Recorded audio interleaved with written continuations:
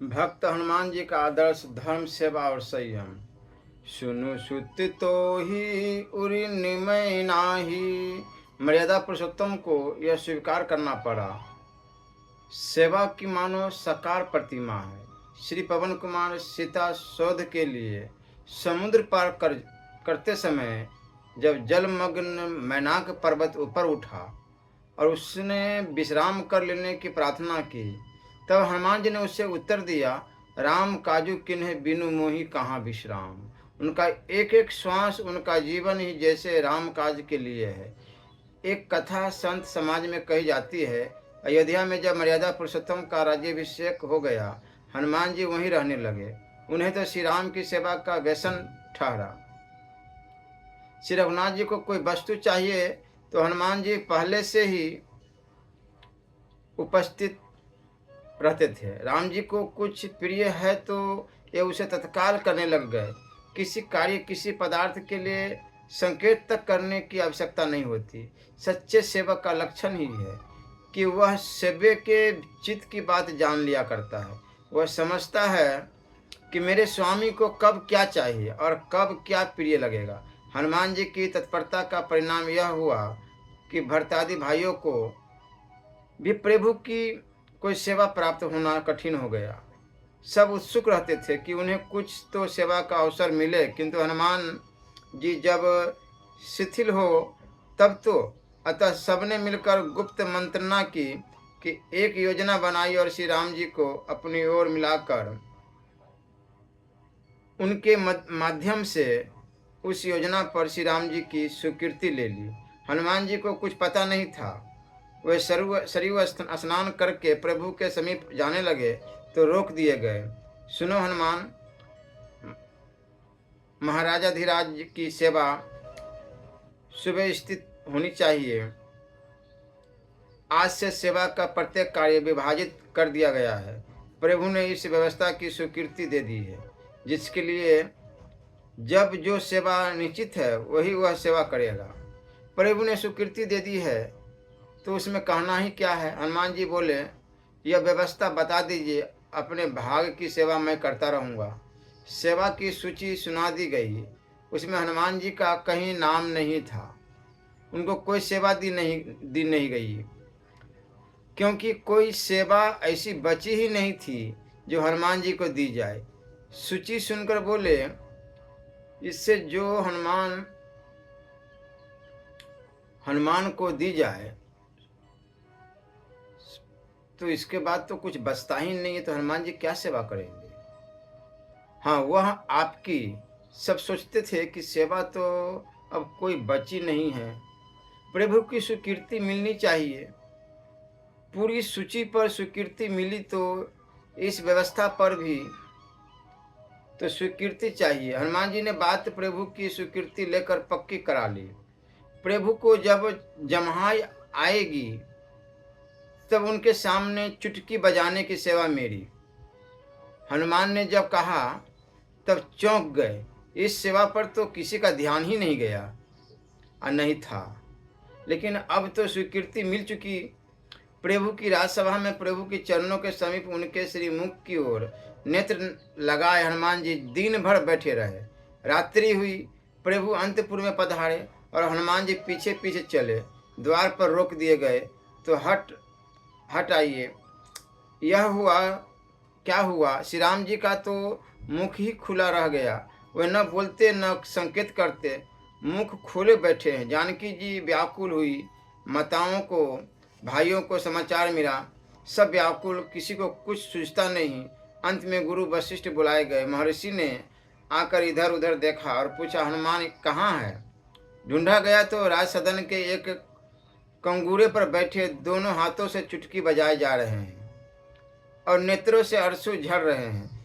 शरीर का रोम रोम खड़ा है। मुख से गदगद स्वर में कीर्तन चल रहा है, श्री राम जय जय राम, श्री राम जय जय राम।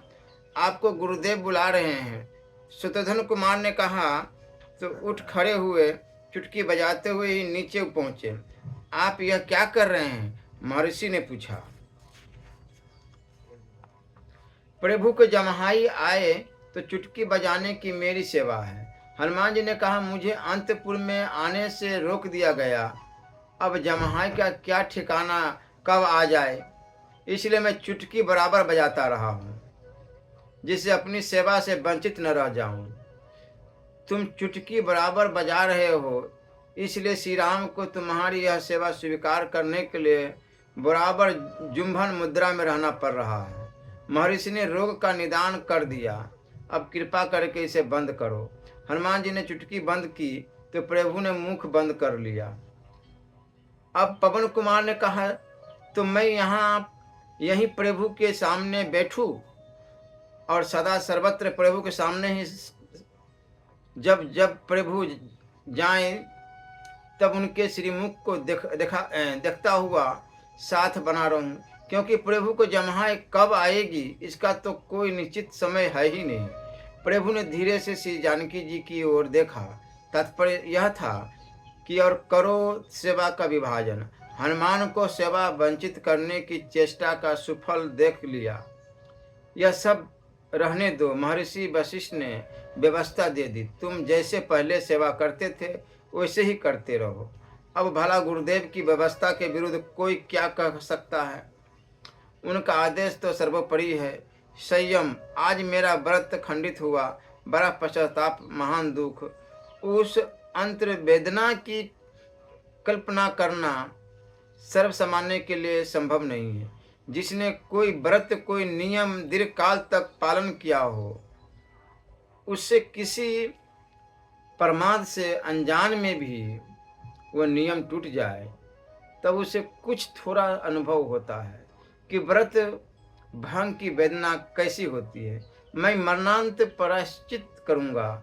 हनुमान जी ने लंका में प्रवेश किया था रात्रि में, और उन्हें पता तो था नहीं कि रावण ने श्री जनक नंदिनी को कहाँ रखा है। अतः वह राक्षसों के घरों में घूमते फिरे। रावण का अंतपुर छान मारा। उन्होंने श्री जानकी को ढूंढना है, तो स्त्रियां जहां रह सकती है वहीं तो ढूंढना पड़ेगा। वे राक्षसों के अंतपुर थे, संयमियों के नहीं। सुरापान एवं उन्मत्त विलास ही राक्षसों का व्यसन था। वे अपनी उन्मत्त क्रीड़ा के अनंतर निद्रा मग्न हो चुके थे। लगभग प्रत्येक गृह में अस्त व्यस्त वस्त्राभरण, नग्न अर्धनग्न निद्रा में पड़ी युवतियाँ ही देखने को मिली। उस अवस्था में पर स्त्री को देखना सदगृहस्थ के लिए भी बहुत बड़ा दोष है। हनुमान जी तो ब्रह्मचारी थे। कोई अनर्थ न हो कुछ कर बैठे। इससे पूर्व जैसे हृदय में प्रकाश हो गया। अंत इस रघुवंश विभूषण अपने आश्रितों की रक्षा सदा ही करते हैं। श्री हनुमान जी के मन में बात स्पष्ट हुई। किसी नारी के सौंदर्य पर तो मेरी दृष्टि नहीं गई। मैं तो माता जानकी को ढूंढ रहा था। मेरे मन में तो कहीं कोई विकार आया नहीं। ये जो स्त्रियों के देह मुझे देखने पड़े, ये सब सौ जैसे ही तो है मेरी दृष्टि में। तब मेरा व्रत भंग कैसे हुआ। व्रत का मूल मन है, देह नहीं। हनुमान जी के व्रत में कोई त्रुटि नहीं आई थी। उनके मन में जो पश्चाताप जगा था वह ब्रह्मचर्य व्रत के प्रति उनकी जो प्रबल निष्ठा और सत्य जागरूकता है उसी का सूचक है। बुद्धिमान पुरुष ज्ञानवान होने पर भी बिना पूछे किसी को कोई उपदेश न करे। न्याय पूर्वक पूछने पर भी किसी के प्रश्न का उत्तर न दे। जड़ की भांति चुपचाप बैठा रहे। मनुष्य को सदा धर्म में लगे रहने वाले साधु महात्माओं तथा स्वधर्म परायण उदार पुरुषों के समीप निवास करने की इच्छा रखनी चाहिए। श्री राधा वल्लभ लाल की।